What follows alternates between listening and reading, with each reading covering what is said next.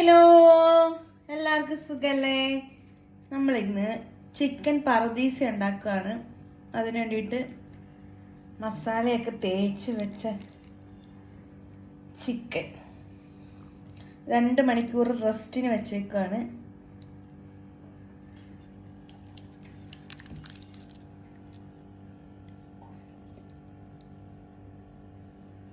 കണ്ടോ?